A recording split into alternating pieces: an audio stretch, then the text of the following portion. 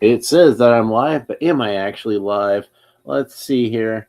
I'm just waiting for the picture to show up on the screen on my phone. I should probably make sure the volume's turned down on my phone because I don't like it when I start talking over myself. That just seems rude. All right, so here we go. I've got a trilogy of Clawful figures to open up for you this week.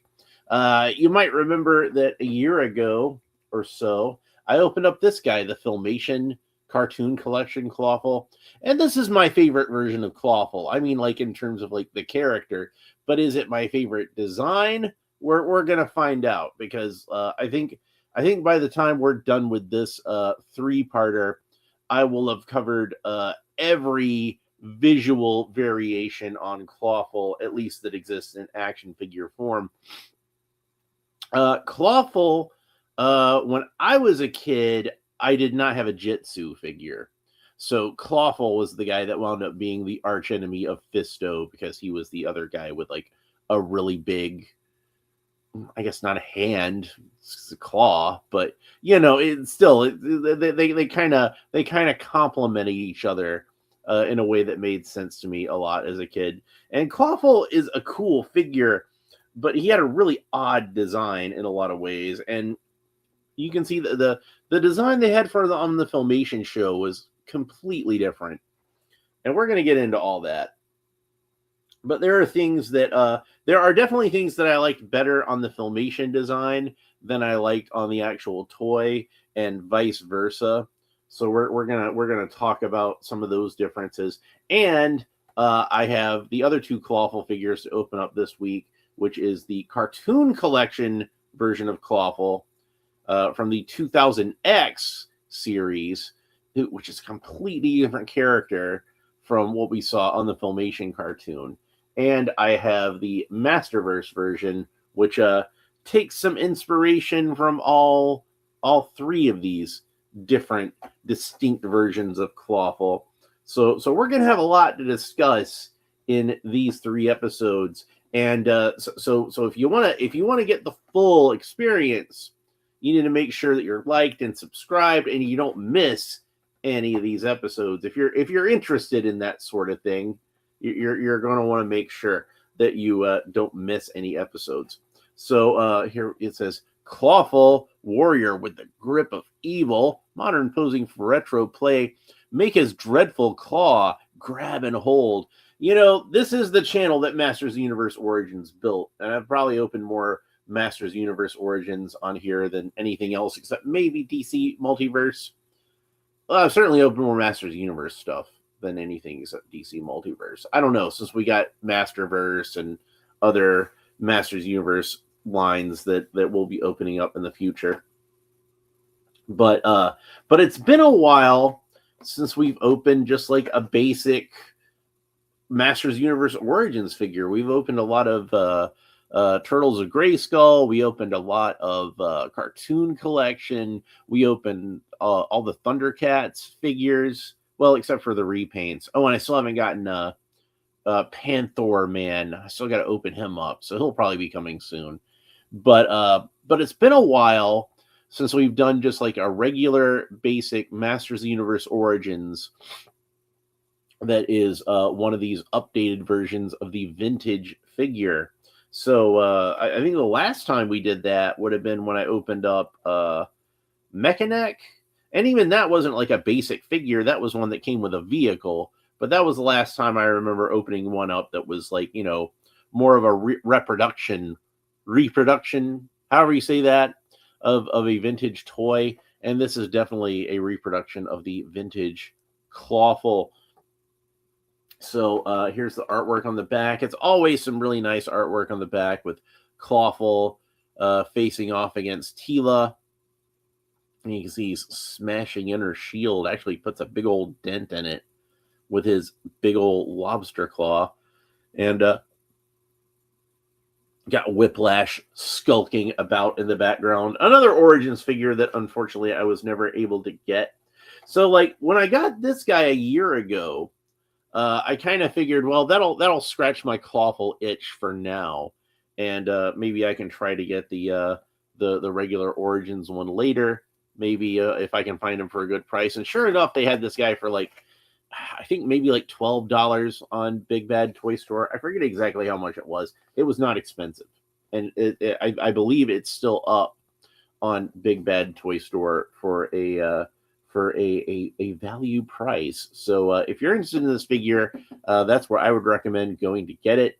I don't get any kind of promotions from Big Bad Toy Store. They don't give me any money for hyping them up. I just do that for the love of the game, man. But it says here on the back, Clawful's crushing brutality and cunning intellect.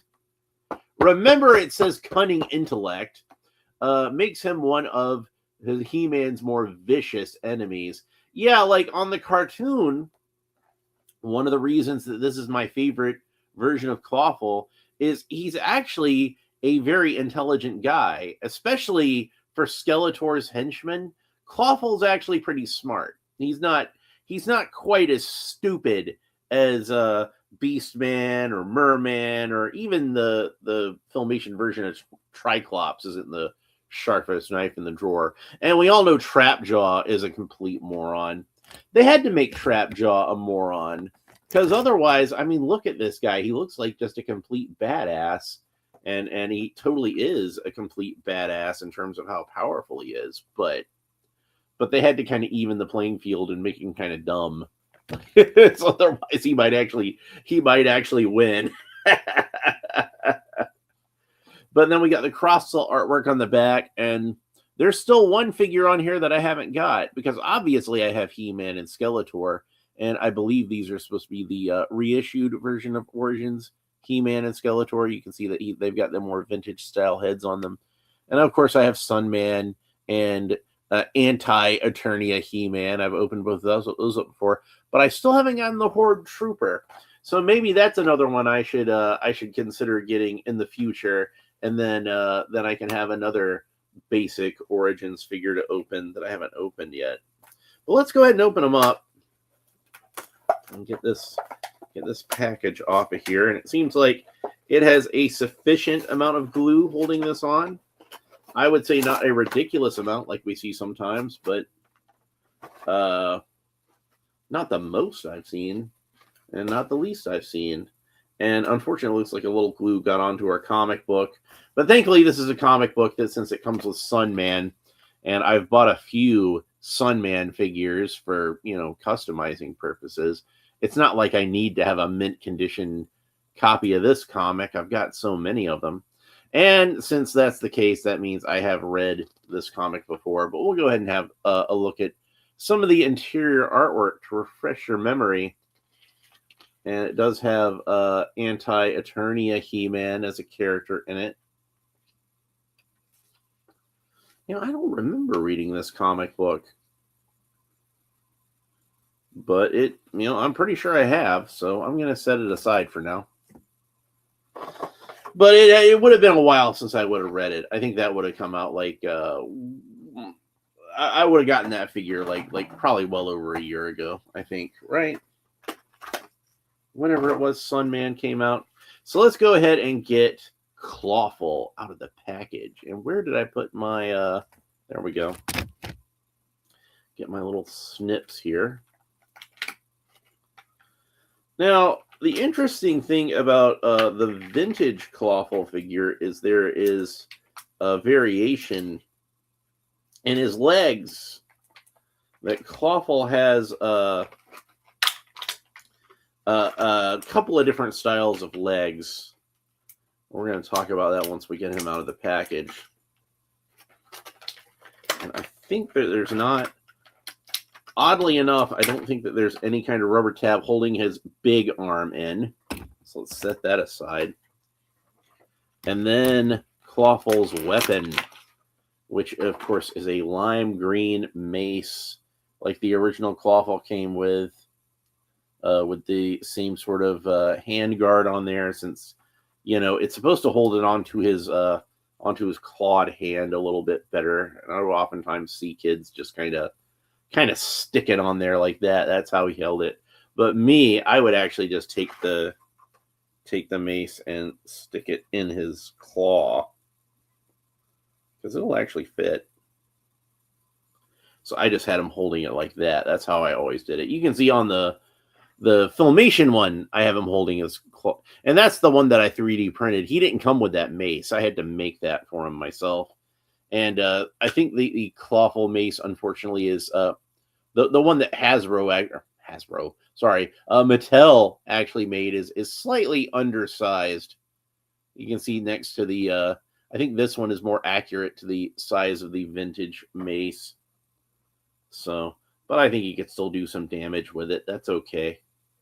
And we could actually, if I wanted to, put the handguard around his claw on this side. Plus, one of the things with the vintage toy is you see I have his claw posed right now. You know, it wasn't like that on the vintage toy, and he didn't have any kind of wrist articulation.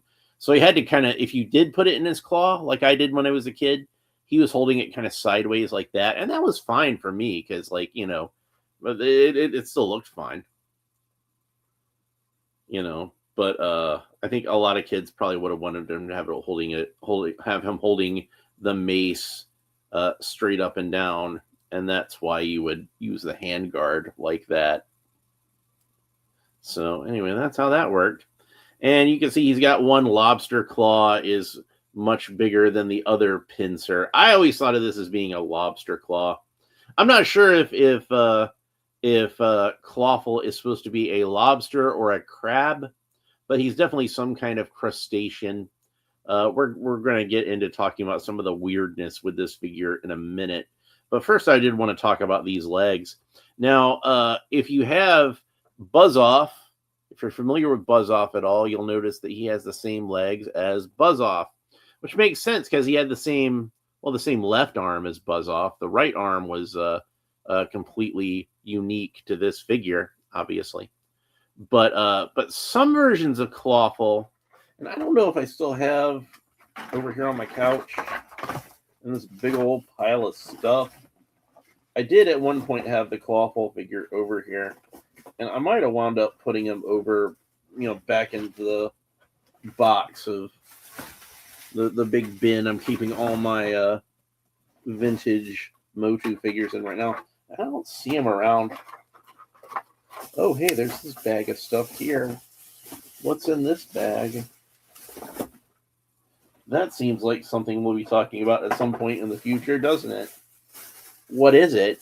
Oh, I've got these guys. I've got to open them up soon, don't I? The Mighty Masters. So that should be an upcoming episode too, shouldn't it? Yeah, if Clawful is over here on my couch, he's somewhere where I can't get to him. So, oh well, whatever. It's not that big a deal. So, but yeah, Clawful had a slightly darker skin color than the standard Masters of the Universe tan Caucasian flesh. Just ever so slightly darker than that, I always noticed. But yeah, some versions of Clawful, and I believe the one that I have use Skeletor legs instead of Buzz-Off legs, the reptile legs as they called them. So he would have had more Skeletor-esque feet. Now, I'm not sure which one was more common and which one was harder to find of those. But I don't think that they did a Skeletor leg version of the Origins figure. I think they just went with the Buzz-Off legs, which is fine. That makes more sense to me since he's got Buzz-Off arms. Might as well have the arms and the legs match. But at the same time, the one that I had when I was a kid had the Skeletor legs. So I'm a little more nostalgic with that one. Bobby Wald is here and says, I wonder if Dr. Zoidberg is related to Clawful. That is a good question. Like, maybe they do come from the same planet. Who knows? Just because they're all on Eternia doesn't mean they're all native to Eternia. He could have come from Zoidberg's planet. That is possible. So, and then of course, Clawful has one big old lobster claw and one just kind of regular size pincer, like the Chris Elliott character in Scary Movie 2. He has his strong hand. So I will say that the buzz off arm in the Origins figure has a lot more detail to it, and it's probably detail that was supposed to be in the original figure, but just didn't quite come through for whatever reason. But there's almost kind of like a hairy texture, you notice, to his forearm, and that makes sense on Buzz Off because Buzz Off's a bee, and bees do have hair, but they are fuzzy. But Clawful, it just kind of winds up looking kind of weird on him. I guess we can pretend like it scales. Yeah, yeah. Chris Elliott is in the new Scary Movie that's coming up, and God, what was that Nicolas Cage? The recent just Nicolas Cage was in a horror movie, and he had like the long white hair and that kind of weird Botoxy looking makeup. You know the movie I'm talking. Yeah, they had Chris Elliott made up to look like that character, which I thought was pretty funny. I've been a big fan of Chris Elliott, for years, like going back to the 80s. Like I remember watching Get a Life and remember seeing him on Letterman and all that kind of stuff. And like I'm a big fan of How I Met Your Mother, and he's on that show as like a recurring character where he plays Allison Hannigan's dad. So something that always struck me as odd about Clawful, and we do see this more often than you would think in Masters of the Universe, but I don't know how this guy's anatomy really works. It's kind of confusing because okay, so most like his limbs you can see look kind of humanoid, and they are not like exoskeletal.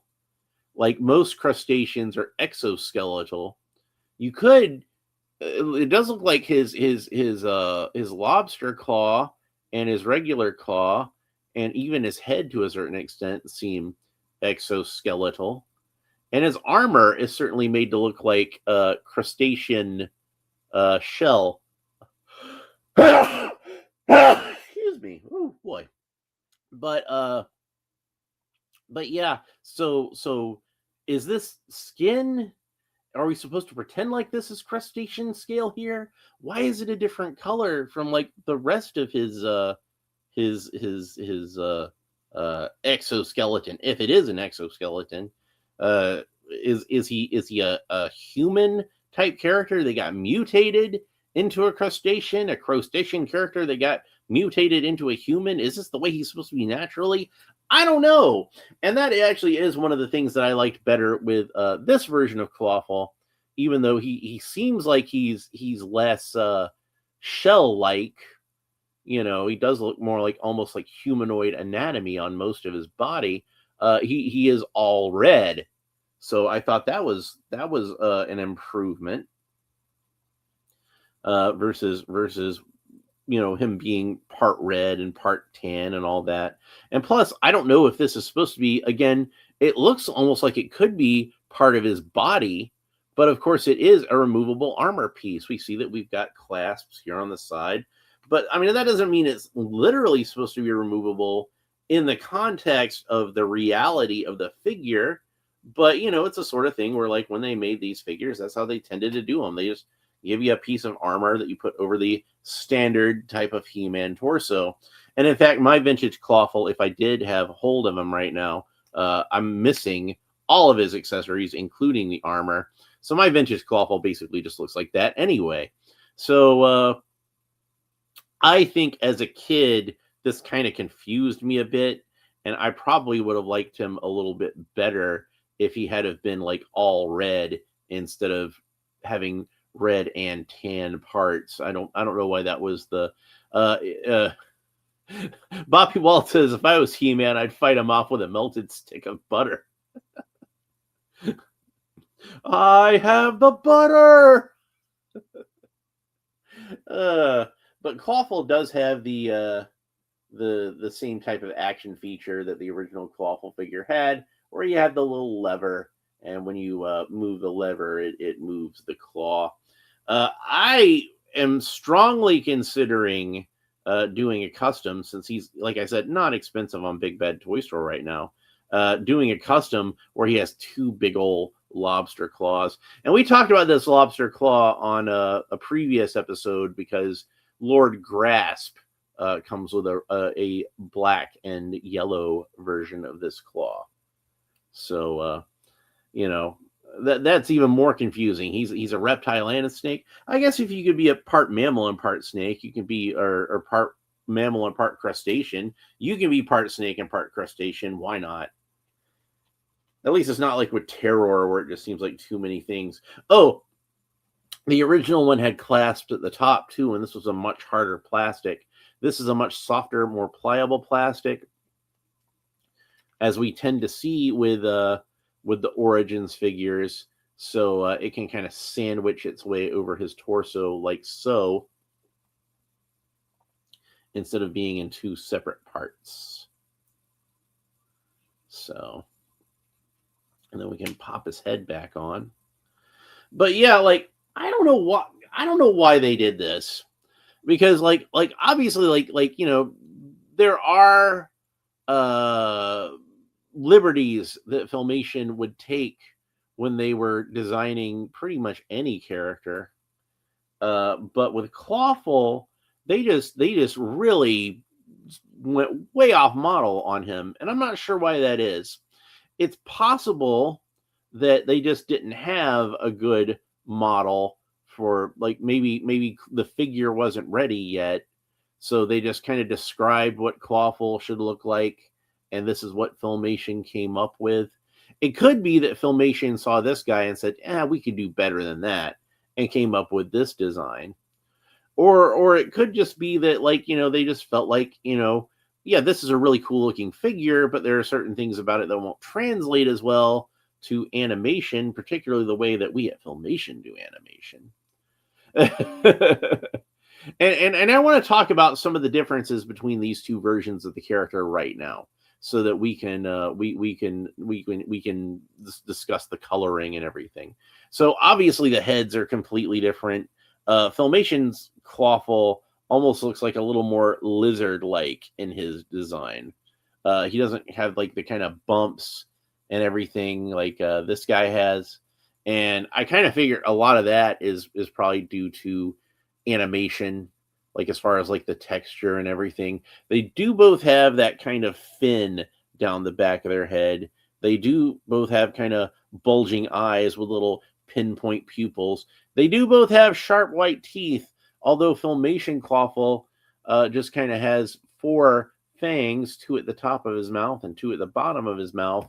And this guy's got just like a whole mouth full of sharp fangs, which is funny to me because I don't think crustaceans actually have teeth at all. But, you know, he's an action figure. We got to make him look kind of fearsome, right? And then, like I said, he's got buzz-off arms and legs. So he's got those kind of spikes, fins, whatever you want to call them, that Buzz-Off has on his arms and legs. And those are not present on the Filmation version at all. I mentioned before that the original Clawful figure had a mostly tan body, whereas the Filmation version is all red. That was definitely something that I felt like was an improvement.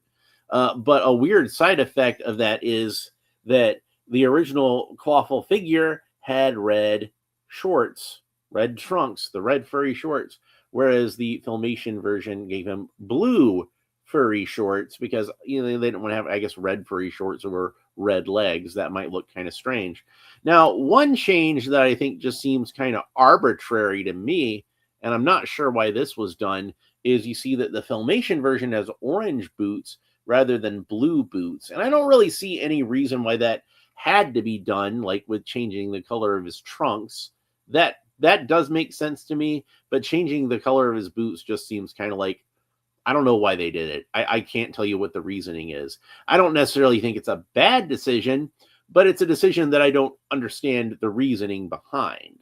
Don't confuse the two. It's not a criticism. It's just me saying that that they did something that has a reasoning to it that I don't understand. They could have just left Well Enough alone and left him with blue boots, but for whatever reason they didn't. And I'm thinking maybe that's because they gave him this orange breastplate. And he's got little orange bracers, just little teeny tiny bracers, almost more like bracelets. But you can see that like his armor is completely different. He does not have the crustacean look like the original figure. Like I said, it almost looks like it's supposed to be part of his body, and I'm not sure if it actually is part of his body, but it looks like it's supposed to be part of his body. Whereas this guy is definitely wearing a separate suit of armor that does not look like his skin color, and it doesn't look like it blends in with his any of the rest of his anatomy at all. And to me, it always looked kind of like vaguely like merman's armor, but just kind of recolored in gold and with this gem stuck on there and with the fins cut off of it. And in fact, when I was thinking about doing a custom version of Clawful in this filmation style before they announced the cartoon collection version, I was really just thinking about getting an extra merman armor and just cutting the fins off of it and painting it gold and gluing a little gem on there and calling it a day. So I really like this design of Clawful. I think this is a great design of Clawful, but it does confuse me that they strayed so far from what the original figure looks like. And again, I'm not complaining because certain aspects of this design I feel like actually are an improvement. And I actually even kind of like the head a little bit better. I think that if this version of Clawful had a little more texture to him, like that kind of crustacean kind of texture, then if you took this version of this design of Clawful and you made it look more like he had an exoskeleton design to him, I think that would look really cool. I think that would be a really good design. Me personally, that's something that I would like. Oh, something else that I often did with the Clawful when I was a kid is I would often, and he doesn't seem to like be holding it as well because, like I said, this is a little smaller than the actual one. But sometimes I'd have him hold the weapon in the big claw hand too. But Clawful is one of those figures that, like, ironically, this guy, one of my complaints about him was he didn't come with a mace, and then I wound up 3D printing him his own mace. But when I was a kid, I honestly didn't use the mace with Clawful that much. He didn't really need it because he's got this big old lobster claw. That's enough of a weapon right there, isn't it? Kind of the same thing with Fisto. Like, I wound up losing Fisto's sword, but like usually I just had Fisto punch things because he's called Fisto, not Swordo. Anyway, let's go ahead and talk about Clawful's articulation. So Clawful can look up about that far, look down about that far, tilt his head kind of quickly from side to side, rotate the head all the way around. Of course, the arms rotate all the way around the shoulders. And they do have a single joint of articulation at the elbow, which bends in about that far, and then that rotates all the way around. And then this arm bends in about that far, and of course that rotates all the way around. Now, here's where the articulation gets slightly different, because obviously this Clawful has the small pincer, which rotates all the way around, and it has a I'm not sure to call that a horizontal hinge or a vertical hinge, because I'm not sure how he would consider the orientation of his pincer. But it moves back and forth like that is how it moves. So, and he does have an articulation on the big old lobster claw where that rotates all the way around. And I don't know if you count that as an articulation since it doesn't stay posed, but there you have that. Clawful can rotate all the way around at the waist. And of course, this is a Masters of the Universe Origins figure, so it does come apart at the waist. And the arms come out, and you already saw the head comes off. And in theory, like the boots should come off the legs, but I find it works better when you heat those up, personally. Clawful can do the splits no problem. Clawful can kick up about that far, which is not too far for an action figure, but these figures are kind of muscle bound, so that's just kind of how that's going to work. He's got a single jointed articulation at the knee, which bends about 90 degrees. And then that rotates all the way around. And then he's got a boot cut, so that rotates all the way around. Clawful's foot can point down about that far. It can point up about that far. And then that rotates all the way around like so. So the original Clawful figure, the original vintage Clawful figure, despite its oddness and things that as a kid I did not understand and confused me, was and always will be a very cool action figure. And even with a lot of the things that were kind of head scratching to me as a young lad, there still was enough about this figure that I just thought he was super cool, and he was definitely one of my favorite henchmen to uh, to use for Skeletor. And that big old lobster claw, man, with the origins articulation, you can do a lot of cool stuff with the posing of this figure and his lobster claw. So Bobby Walt says, speaking of Masters of the Universe, did you ever see the Honda Skeletor commercials where Skeletor is rapping about how he and He-Man are now bros? I think I might have. The animated ones, were they animated? No, I don't think that's the one I'm thinking of. I think mine that I'm thinking of were like from Geico or something, insurance. But or were you talking about the live action ones from a couple of years back where they were dancing? I'll have to look it up. I'm sure I have seen them, but they're all getting kind of jumbled in my head right now when I'm trying to think back on them. But yeah, like I love the origins articulation. And when I was a kid, I always kind of felt like the one thing that was kind of holding Masters Universe back. Most action figures when I was a stop motion, okay, that's not ringing a bell at all. I'll have to find that. So but yeah, like even when I was a kid, I always wanted more articulation to my figures. Like even GI Joe, I kind of felt like could have had more articulation, let alone something like Star Wars or Masters of the Universe. Uh,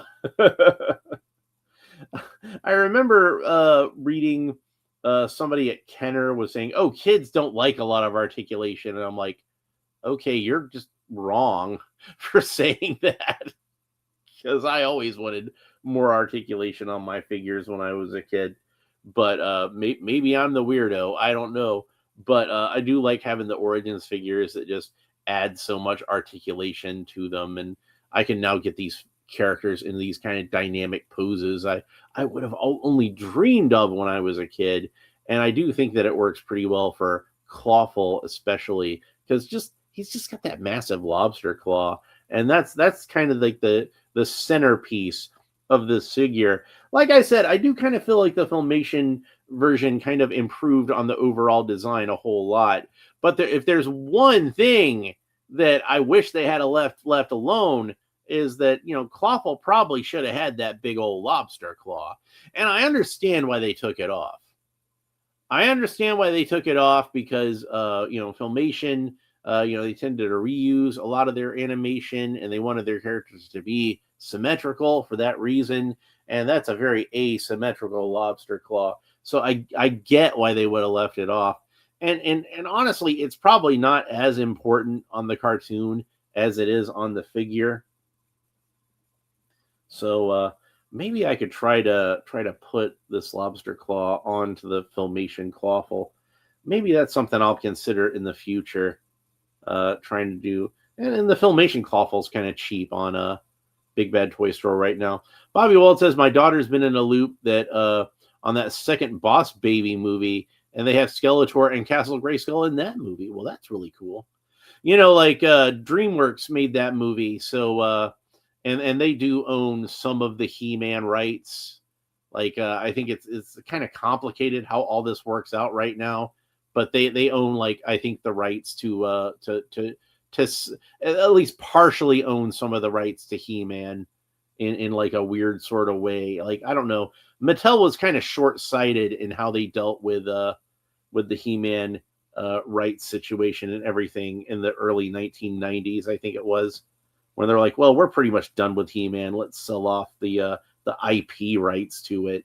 And then it changed hands a number of times, but DreamWorks wound up with it, and of course Universal wound up buying DreamWorks. So now Universal owns like kind of a stake in He-Man, I guess.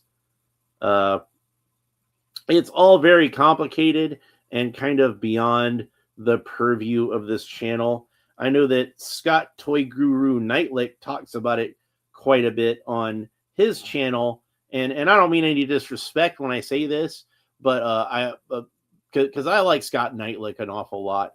But I will say that I would take what he says about the situation, at least with a little bit of a grain of salt, just because he's not working at Mattel currently. So I don't know if he has any sort of insight. I don't know what kind of insight he would have onto the situation as it is with that currently. But I know he was saying at the time that they basically had to license this stuff from Classic Media, I think it was at the time that he was working on the He-Man line. But he was also saying that I think that Mattel would wind up losing the rights to Masters of the Universe in like 2022, 2023 or something like that. And obviously that didn't happen. But one of the things that I was saying at the time, because I remember talking with a friend about this, and my friend Rudy, and he was saying that like he thought that was just complete nonsense and that would absolutely not happen. And my perspective on it was I was thinking, well, I mean, if he's right, then there's a chance it might happen. But I would imagine hopefully they'd be able to work out some kind of deal between now and then, and Mattel could just keep on doing He-Man stuff. And obviously, they're still doing He-Man stuff right now. So either Scott Knightlick's information was a little bit out of date, which is possible because he hasn't worked at Mattel in several years, or they did manage to work out some kind of deal, or maybe he was just wrong entirely. It's probably one of those three options. I'm more leaning towards Mattel was able to work out some kind of a deal. Like I said, they were kind of short-sighted to even sell off any of that stuff in the first place. But it would be a shame if Mattel was not doing He-Man stuff anymore. We've gone through periods of hiatus where they haven't been making any He-Man figures, and it seems like at least from 2000X, well, I'd say from the commemorative edition, actually, it seems like the hiatuses have been very brief. Obviously, there was a long time between New Adventures and the commemorative editions, but the there was a little bit of a brief space in between 2000X and Classics, and I guess technically a little bit of a space where Super 7 was the only one really doing He-Man toys, and Mattel wasn't really doing anything in the period between when Mattel stopped doing Classics and Super 7 took it over, and when Mattel started doing Origins. And I might talk a lot of smack about Super 7 and how they handled Mattel or Masters of the Universe in certain ways. And I did not like their vintage style figures because Skeletor broke when I tried to move his leg. And that's why that was the last of those that I bought, except for the She-Ra that I pre-ordered. But it was people's reaction to seeing those vintage style figures and people being excited about those, and Mattel seeing how well those actually sold. It's like, hey, if Super 7 is having this much success doing vintage style Masters of the Universe, why don't we do it ourselves? And that led directly to the Origins line, which of course I love the Origins line. Bobby Wald says I enjoyed the animation in the Netflix one, but I just wasn't too big on the storyline. Nah, I loved the story. Here's the thing. This is where I think they made a mistake. I've been over this before, but I'll say it again. This is where I think they made a mistake with Masters of the Universe Revelation. Is it wasn't anything to do with the story. It was the way they sold it. Because you remember that trailer was just like for when the show was about to come out, the teaser trailer they did. It was with the "I need a hero" playing in the background, and it was just a whole trailer of nothing but He-Man doing He-Man stuff. And like I could tell, that this was all going to be stuff from the first episode. It just had that feel to it, And I remember Clownfish TV was the ones who said, "Hey, they're going to kill off He-Man," and they leaked that information. They got it like somebody had leaked it to them. And they were like, "Hey, He-Man's going to be killed off in the first episode of this." and then Teela's going to be the main character. And Kevin Smith's like, no, that's not what's happening. Shut up. And then it turned out that was exactly what happened in the show. And I think if they'd have sold that show as being a Death of He-Man storyline, I think that people would have been a little more intrigued by that concept. And then you wouldn't have had the accusations of bait and switch, because no, it does exactly what it says on the tin. He-Man dies in the Death of He-Man show. And I've talked before about how Death of Superman is one of my favorite Superman storylines, and I kind of feel like Kevin Smith, as a guy who actually wrote an unused, unfortunately, screenplay for a Death of Superman movie, probably had that in his mind. I would not be surprised. I haven't heard him say this, but I would not be surprised if the thought process Kevin Smith had was, when he's trying to think of a story to tell with He-Man, a big epic He-Man story to tell, he probably thought to himself, He-Man's kind of like Superman. He's that kind of lawful good kind of character. He's a very Superman type character. I already wrote a Death of Superman story. What if I did the Death of He-Man? I think that was probably the thought process that kicked it off. And it's one of those things where I guess he was trying to preserve the surprise of it. But I think in making it a surprise, then people felt like it actually was kind of a bait and switch. And I hear people talking about, oh, He-Man's not even the main character of that show. It's Teela. And I'm like, well, yeah, if you only watch like the first 6 episodes. past I don't even think like he's in the show plenty.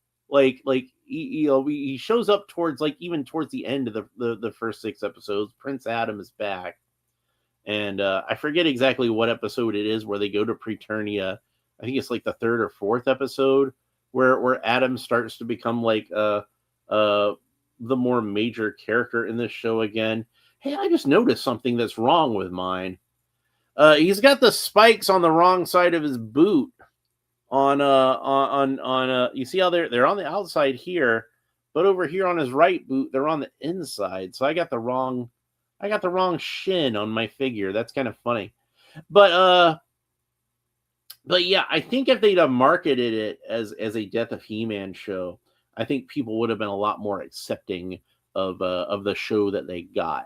So, and anyway, once you get like Revelation was good, but Revolution was great. I love Revolution. Revolution is like one of the best He-Man things ever made. So, I kind of feel like once He-Man becomes like the main character of it again, or at the very least, half of a dual protagonist, because Teela's always going to be a major character in Masters of the Universe, and she should be, honestly. But yeah, once Prince Adam comes back into the picture, and then he does kind of become the main character again. So that's fine. I kind of feel like that's one that hopefully a lot of people will discover in the future, and people will grow. It will grow in people's esteem, I'm hoping, because I really enjoyed it, and I would like to see more. I don't know if we're going to see more at this point, but I would like to see more. It would be nice. I'm not going to be on here being like, restore the Smithverse, sell He-Man back to Netflix. I'm not going to be that guy. But, at some point, if they want to do some more, I would like to see some more. Like, even if they did it as a comic book or something, it'd be nice to see more. But I'd really want to see more of the animation. Give us another 6 episodes. Because they were teasing Zodak, and they were teasing Despara, and that means we would have got She-Ra, and a lot of other cool stuff that I think would have been neat to see. So I would like to see more of that particular version. But I don't know how likely it's going to be, because, of course, obviously we got the new movie coming out, and the new movie looks awesome. And you guys have all seen the new trailer that they put out the other day, right? A couple of days ago. That movie's going to be great. I think I'm going to really enjoy it, even if the story is kind of weak. I think like the aesthetics of it, it looks cool. I'm going to enjoy watching that on the big screen. That is definitely one where I'm going back to the theater to watch that on the big screen. Make no mistake. Anyway, that's it for our Masters of the Universe Origins Clawful, but that's not it for Clawful. He's going to be coming back in the next episode where I'm going to open up the 2000X cartoon collection Clawful, and man, like we're going to have just like 3 completely different versions of this. And Bobby Walt says right around the time they were doing their Netflix He-Man, Netflix was going to do G.I. Joe, and they had promotionals to go out, but they just shelved it. Oh man, that sucks. That really sucks. Like we need more G.I. Joe is what we need, like honestly. And I know they're working on another movie, and God, like Paramount has been trying to do a G.I. Joe movie for so long, and they've never really gotten it right, have they? Like I think Retaliation was probably the best one. And even that like had its issues, obviously, but it's a fun movie to watch. I enjoy watching it, but like Rise of Cobra got him off on the bad start, and then Retaliation tried to fix a lot of the problems of Rise of Cobra, but I kind of feel like it was too little, too late. Even though I like Retaliation, and then the Snake Eyes origin movie, yeah, like that one had so many issues of its own. Oh man, but here we are doing another reboot. Maybe they'll get it right this time.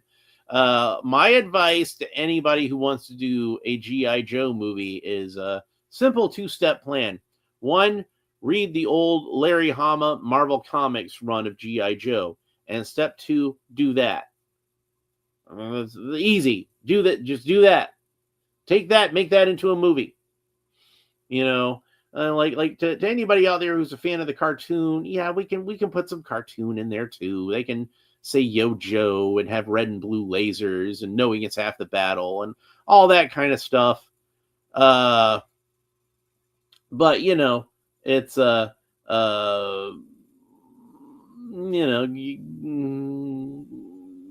like just do the comic book. Really, that's the main thing. Do the comic book.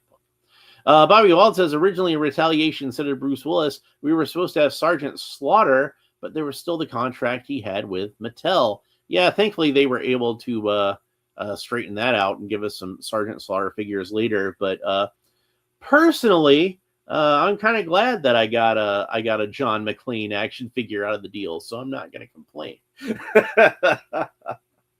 Man, I really would have liked to have seen a sequel to Retaliation. I would have much rather seen a sequel to Retaliation than whatever the Snake Eyes Origins movie was supposed to be. How do you do a Snake Eyes Origins movie and then not have Snake Eyes Origin in it? Like, honestly, like it's just, I mean, I got a little bit of his origin in there, but they don't show him like getting disfigured or, like he's wearing a mask at the end, but like why? He's not even like his face he looks like Henry Golding. That dude could probably get disfigured and be handsomer than I am right now. What's that guy got to hide?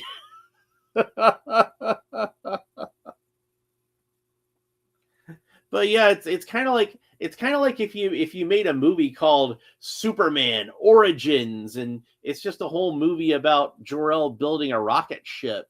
And then at the end, he's like, okay, time to put my baby in the rocket ship and send him to the Earth. The end. Bobby Wald says, for some reason, I feel like they gave Snake Eyes Storm Shadow's background story.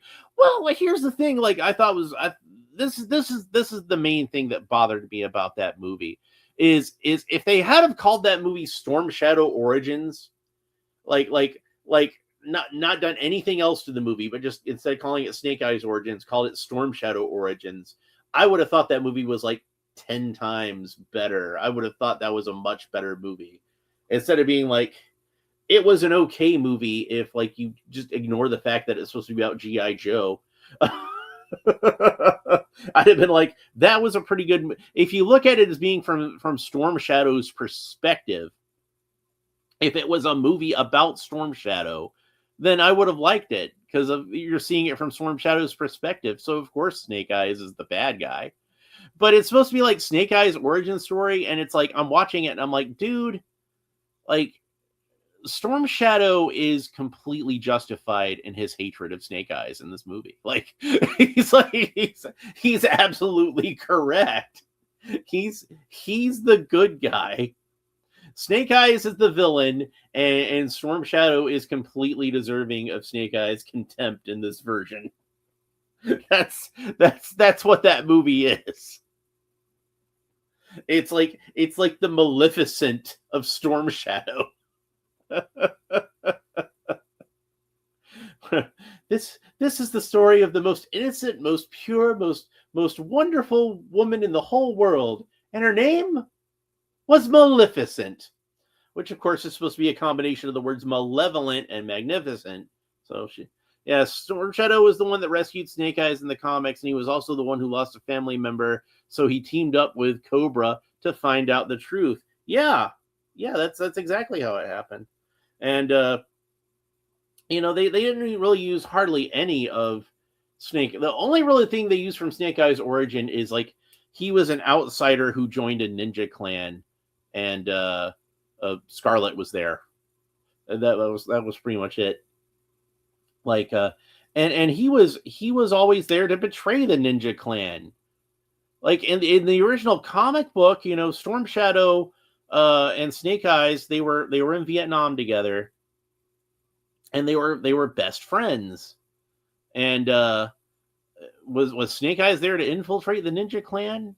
Possibly, actually. If you think about how it worked in the comic book, Snake Eyes, and this is something that's only kind of hinted at in like the vaguest of ways, but it's there. Larry Hama has acknowledged that there's more to this that we don't know. Snake Eyes has ties to the CIA. And remember that Snake Eyes' brother-in-law, George Strawhacker, he was a CIA agent. So he has very strong CIA ties. And one of my theories about Snake Eyes, and this has not been confirmed in the comic as far as I know, unless Larry's done it in some of the more recent issues that I haven't read yet. One of my theories about Snake Eyes is I think that as a CIA agent, as an deep undercover CIA agent, that his assignment was that they'd heard rumblings about the Arashikage clan, and he was supposed to infiltrate it. But and the reason why he initially turned down Tommy's offer to join the ninja clan was by that point he and Tommy had truly become friends, so he had no desire to infiltrate the ninja clan. So I kind of feel like he reported back to the CIA that, like, yep, don't think there's anything to this. So like probably ought to not follow that up, and that's why he didn't wind up joining the ninja clan initially, like Tommy offered him. And the only reason he did come back to the ninja clan was when he lost everything and didn't have any place else to go, and took his friend up on his offer. When the soft master is telling the story, he says, "Oh, you figured that Tommy's family business was just, fishermen or something." And I think that's what Snake Eyes wanted them to think, but I think he probably knew more than he. That's my theory, anyway. That's my theory, which happens to fit the facts. Now, you don't have to accept this theory, and you can think I'm crazy and cockamamie or whatever and completely dismiss it. But that's what I think happened. And like I said, there's hints to that in the comic book. If you want to hear my really crazy stuff, we could start talking about the connections between Snake Eyes and Cobra Commander, and why Snake Eyes, why Cobra Commander really hates Snake Eyes. And it's not what Cobra Commander's ex-wife posited, where like, oh, he blames Snake Eyes for the car accident because it got twisted around in his head somehow. No, he's got a reason for thinking that. I'm not saying he's justified in it, but he's got it. It is kind of twisted. but he's got a reason for thinking that. We're gonna get into all that one day. One day, I'm gonna talk about my crazy Storm Shadow Cobra Commander theory. But yeah, they didn't have hardly any of Snake Eyes' origin in the Snake Eyes origin movie, and that kind of disappointed me because I was thinking probably towards the end of it, he gets his face blasted off, and then he can't talk anymore, and he's Snake Eyes, like we think of him as being Snake Eyes. But if you're gonna do a movie called Snake Eyes Origins, it should probably end with him being the guy that we know from the original version of G.I. Joe. That's all I'm saying. I kind of feel like for all of its faults, Solo, a Star Wars story, does end with Han Solo being basically the character as we meet him in the first Star Wars movie.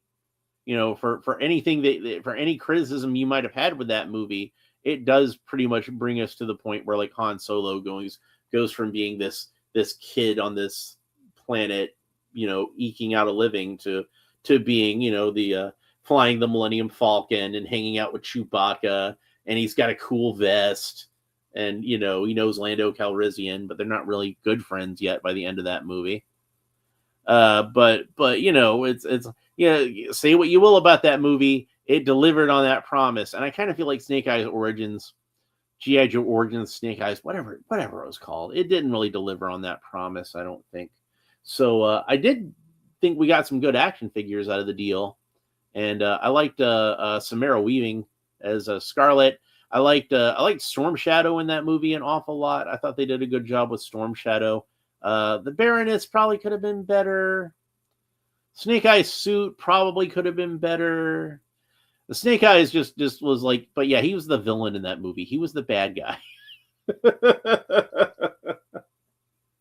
So Jose Membrane says, Solo, God, a bad review by a lot of YouTubers, but I actually enjoyed Solo. Yeah, Solo I thought was damning with faint praise here.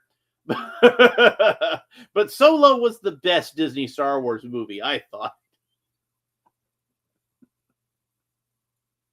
Which is basically me saying, like, I thought it was better than Rogue One. Which most people, I think, would probably say that Rogue One was the best Disney Star Wars movie. I think most people would say that, but I liked Solo slightly better than Rogue One. A friend of mine just absolutely despises Solo, which like I don't hate Solo. I thought Solo was fine. Like there's certain things about it that could have been better, but there's also certain things about it that could have been worse. Like I figured, and there was some of this in the movie. But I kind of figured, like when I saw they were even just making a Solo origin story kind of thing, I was just like, oh great, it's going to be the sort of thing like, and that's how Han Solo got his first vest kind of thing all through the movie. And there is some of that, and some of that is kind of ridiculous, and some of that was actually done fairly well. I kind of liked where the guy just got his blaster by the guy just handed over the blaster. Bobby Wald says, I would be interested in seeing the Lloyd Miller cut, and I would definitely like to see that. See, Jose Membrane says Rogue One is the best Disney Star Wars. So, and he was the guy who was just defending Solo. So, but me personally, I'm not saying like when I say it's better, I don't necessarily mean it's like more quality filmmaking or anything like that. So, I just mean that I liked it better. I enjoyed watching it more. I think like my problem with Rogue One is that I was a big fan of the Star Wars radio show, and they basically told how Princess Leia got the Death Star plans, and I really liked the way that that they did that in the radio show. So I kind of felt like Rogue One was unnecessary. I'm like, I already saw this in the radio show, and I liked that version better. So, but who actually listened to the Star Wars radio show besides me? did either of you guys ever listen to the Star Wars radio show? It's on Spotify. I'm probably gonna listen to it again soon. But I really liked it. I did have a hard time when Han started speaking Wookiee. Yeah, there's a reason why you don't really that often hear the human characters speaking in the alien languages. Usually it's just like, the the aliens will talk in whatever kind of alien language, and then the humans respond in English. Like they all understand each other's languages, but they don't actually speak it. Like I kind of feel like, obviously, with Han hanging out with Chewie as long as he would definitely pick up at least some Wookiee, if not become like able to fluently understand it. But there's certain sounds that I don't think the human mouth and vocal cords could make, that Wookiees can make, and vice versa. I don't think that just like how Chewie can't quite form human words, the humans can't quite form Wookiee words, So they have the conversations like, boy, you said it, Chewie, like that kind of stuff, and that's kind of how that works for me. So but a lot of that, some of that stuff was stuff that was kind of at least part of the fanon, or had been in some of the books and novels and stuff, like the idea that Han was an Imperial officer at one point, an officer in the Imperial Navy, and that he got kicked out when he saved Chewbacca, and that's how he got the life debt. I don't believe that that's anything that was ever in any of the movies at all, or even mentioned in any of the movies at all. But it was in Brian Daley's Han Solo novels, and likewise was used in a lot of the novels after that as Han and Chewie's backstory. And apparently George was going to have Han Solo as a kid in Episode 3, living on the Wookiee planet, like being raised by Wookiees, like he's Tarzan or something. and oh, thank God they didn't do that. That I kind of feel like would have just been kind of silly, that was something where I think saner heads prevailed. George was smart to go ahead and leave that idea on the cutting room floor. Yeah, Bobby Wald says it was in the Dark Horse comics, I think.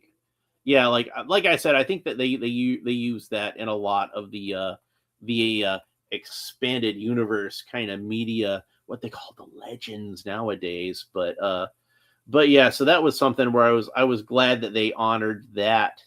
I haven't watched Solo in a while. I don't think I've watched it since I saw it in the theater.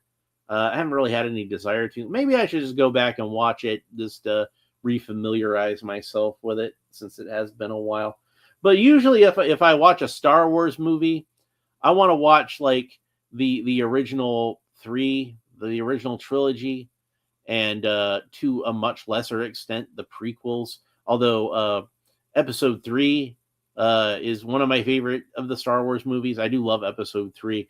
I kind of rank them like this. It's like Empire, Star Wars, those are about on the same level for me. I love both of those. I think that technically Empire is a better film, but the original Star Wars is kind of more primal in a way. Then Revenge of the Sith, then Return of the Jedi, then The Phantom Menace, and then Attack of the Clones. That's how I rank those up. Yeah, I'm going to put Revenge of the Sith over Return of the Jedi. That's how much I like Revenge of the Sith. Jose Membrane says Kashyyyk is the Wookiee planet. I think I butchered the name. I have no idea if you spelled that correctly or not. I couldn't possibly tell you. I'm pretty sure it's pronounced Kashyyyk. I could be mistaken about that. I could be butchering that in the pronunciation. How do Wookiees say Kashyyyk? I have no idea, because that does not. You would think the name of the Wookiee planet would be or something like that. But like I said, I can't quite get it out myself. So Kashyyyk sounds more like a word that Bossk's people would use. Like maybe that's what they call that planet. And of course, they are enemies of the Wookiees. So maybe they named that planet and it just kind of stuck for everybody that can't pronounce. It might actually be.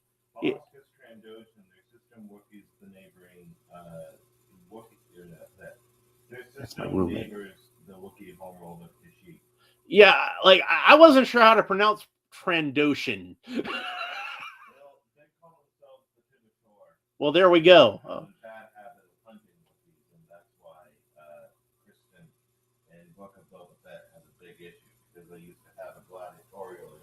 Well, there you go. I don't know how well you guys could hear that, but there we go. So, Bobby Wald says, the best thing about those movies is that Disney seemed to fail at is that the score is rememberable. Yeah, like they did still have John Williams working on those. You gotta love John Williams. John Williams is the man. So, and then God, who was it that did like the other ones? Did Mike Giacchino do any of those? I think he did. He's good. I like him. He's like probably one of the better composers of the modern era. But yeah, maybe Kashyyyk is a Trandoshan word.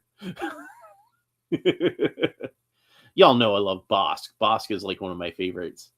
Like, as far as like minor Star Wars characters go, I do love me some Bossk. He was one of my favorite action figures when I was a kid. Like what I always say about Boba Fett is I kind of feel like the real reason Boba Fett's popular is not because of anything he did in the movies, but because of how he played with the action figure when we were kids. Like, that's why I love Bossk, because of how I played with that action figure when I was a kid. But yeah, a lot of the younger generation of Star Wars fans, they don't have the same kind of appreciation for Boba Fett that us Gen Xers have, and I think that's probably part of why is they do know him more for the movie. Jose Membrane says IG-88 was my favorite bounty hunter. Yeah, IG-88 was really cool. Oh man, this is gonna make you guys so sad when I tell this story. Is that when I was a kid, I actually did have the large size action figure of IG-88, which nowadays we know is like one of the rarest Star Wars toys and is extremely valuable. So, but I had no way of knowing this when I was a kid. So it just kind of vanished one day. And I don't know if it just, got given to a neighbor kid or donated to the Goodwill or just thrown away with the rest of the garbage. But I had that IG-88 figure when I was a kid. And at some point I had it, and at another point I didn't have it. And man, if I had that figure today, that's worth some cash right there. But if I did have him today, I probably still wouldn't sell him. But man, I do wish I still had that figure because he was a really cool figure. So, but yeah, IG-88 was really cool. And he was so cool that he was just kind of like a static prop that just stood there on the set and literally did nothing. Like, you want to talk about, Boba Fett didn't really do anything in the movies. IG-88 did even less. He did less than any other bounty hunter because he didn't even move. But he's still awesome, and everybody still loves him. And yeah, IG-88 is great. And I kind of feel like the fact that he's an immobile prop that doesn't actually do anything kind of adds to the character, because he's just standing there completely immobile and just kind of creepy, and he doesn't really have to do anything. And from what I understand, they just kind of slapped that model together. It's not even like a puppet, because like I said, it doesn't even move. It's just a model, like a statue that they made, and they just kind of slapped that together from like stuff they had around the props department, just threw this thing together and made like a super iconic Star Wars character. But that's what you get when you have these kind of really creative type people that really know what they're doing. Bobby Wald says, hey, that's not true. He worked as a part-time distillery in the cantina. Did they reuse some of those parts? That seems like the kind of thing they would have done. Like, hey, you use the drink machine from the cantina, slap that onto something. They did that with Star Trek an awful lot too. Like, how like the space station from Star Trek, the motion picture, they just kind of like turned that upside down to make the space station in Star Trek 2, the regular one space station is just kind of like the space station from Star Trek, the motion picture. They just flipped it around. I think they took some parts off of it too, so it wasn't quite as obvious. But hey, that was ILM that did that too, wasn't it? So it's like those guys are just geniuses. What can I say? George Lucas knew what he was doing and hired the right people to do the right job. So that was that was how that worked. Sometimes genius is just knowing how to hire the right people to do the right job. And I do think that George Lucas was a visionary genius. And yeah, he's kind of crazy in certain ways, but visionary genius isn't. But yeah, Empire is I think the best of the Star Wars movies, but I don't know if it's my absolute favorite because the original Star Wars might still be my favorite, but it's one of those two. It depends on what mood I'm in. But I do think Empire is the absolute best one. I think that's certainly the case. Anyway, I've done an awful lot of talking about stuff that isn't a Clawful action figure for a Clawful unboxing. Aliens had Mr. Fusion from back in the day, from Back in the Future, and a Shockwave toy. That's true. Yeah, like I want to say Mr. Fusion was like a coffee maker it was some kind of real kitchen implement that they just kind of glued it to the wall in Alien, and like Back to the Future, they just kind of like adapted it into Mr. Fusion, which makes sense. It should look kind of like a kitchen appliance. It kind of is a kitchen appliance. And yeah, you can see Shockwave hanging down from the ceiling. That's how they kit bash a lot of this stuff together. They just get toys and model kits and just kind of like piece together whatever looks cool. Like, this isn't quite an example of that, but if you watch Close Encounters of the Third Kind, there is an R2-D2 on the outside of the mothership. And for me, that's part of my canon, is that, they're from the Star Wars galaxy, the Close Encounters aliens. And yeah, they got R2 units maintaining their ship. So that was just an R2 unit out there doing some repairs. Maybe like a little meteor or something hit him. And he's just patching it up real quick. But that's it for Clawful. I hope you enjoyed this episode. And if you did, and you made it all the way, let me know what your favorite design of Clawful is. And don't worry, we've got more coming up. Because like I said, next episode, we're going to open up that 2000X version. And then finally the Masterverse version. And we should have a lot of stuff to compare and contrast with all of those. I do really like the 2000X design of Clawful. So I'm pretty excited to talk about that. So next episode, that's what we're doing. Anyway, that's it for this episode. If you enjoyed it, make sure you like and subscribe and all the fun YouTube stuff down below. YouTube likes it when I say like and subscribe, so I like to say like and subscribe. Leave a comment and let me know what you think about this figure. I like it when you leave comments. I think YouTube likes it too, but they especially like it when I say like and subscribe. So I like to say like and subscribe. That's why I do that. So anyway, that's it for this episode. Hope you enjoyed it. We will talk to you next time. Bye.